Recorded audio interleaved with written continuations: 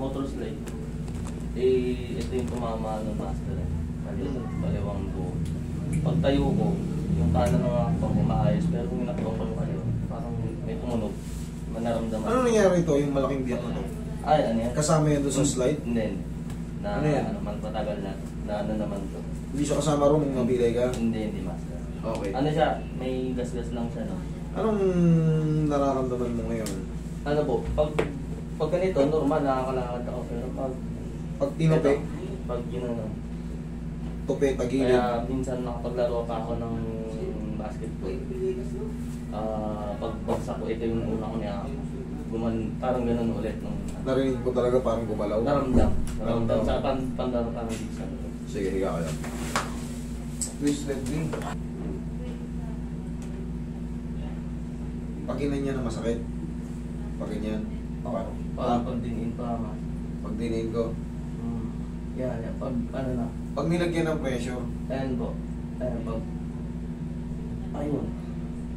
Okay. Sumasakit na sa banda rito. Pag Bossing, ang nangyari sa'yo,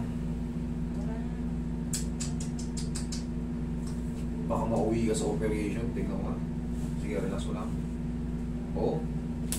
Bossing, putol yung ano mo ngayon doon. Maaring nasa 60% ACL, 20% MCL, 30% sobra na. Idol, baka may putol kang ligaments. Kailangan tumayamara yan, ha? No? Idol, kahit anong adjust ko rito. Pag in-adjust ko to, oo, magaan pakiramdam mo, pero hindi mo to pwedeng sprint. Yung itakbo ng malbilis, bibigay ito. Kahit nga sa hagdan eh, delikado to eh. Yung mga galaw. Maniwala ka sa akin, idol. Makakapaglakad ka. Pero yung puwersang parang may kasama yung bigat mo, o kaya, kunyari, pinod mo, yan, kagaya ng ginagawa natin. Upo ka ng ganyan, kaya upo ka ng ganyan. Pag tumagal ng ganyan, pag gano'n mo yun, no? Tapos parang may tutok. Idol, naputulan to ng litid. Naputulan. Ang luwag.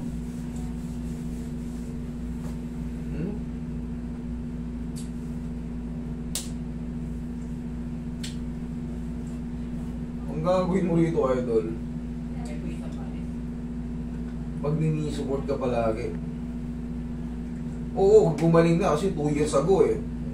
Pero yung ano noon, yung na-damage noon, hindi mo iningatan eh. Tapos nung nakapaglaro ka, naramdaman mo gumano, no? Tapos namagana. Ano, itong uli, parang pusang bumabalik master. Sobrang luwag na nga, idol. Hindi pwedeng gano'n ang tuhod. Kailangan yan intact. Kailangan yan pag hinatak mo yan, o ginalaw-galaw mo yan, the same ng ganito sa kabila. Eh no, pag hinatak mo, kasama ka, hindi aangat to. Etong tuhod mo sa kabila, idol, madali lang to i-adjust. Pero baka useless na yung adjustment, kailangan to iba pang treatment. Eh no, o tingnan mo, ayun, umaangat to. Oh? Idol, I'm sorry, pero baka wala na ako maitulong dito. I-adjust ko to, luluwag, gagaan. Uy, sarap sa pakiramdam. Pero pag pumuwersa ka, lumalabas na yan. Kailangan to may MRI, idol.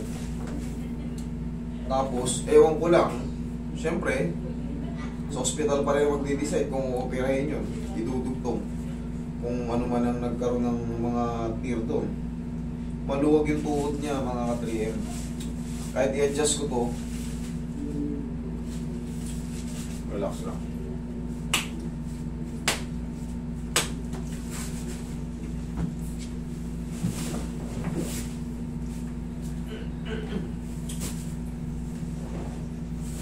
Masakit. Nung dinin ko, wala. Ngayon, nung in-stretch niya, kusang dumidi na siya. Tuk! Idol, I'm sorry. Pero baka mas malalim pa na pagsusuri dito sa tuhod mo. Hindi to kaya. Hindi to kaya. Na-adjust siya pero gaganon at gaganon pa rin. Ang luwag na idol. Gumaganon mo. Ramdam na ramdam mo naman.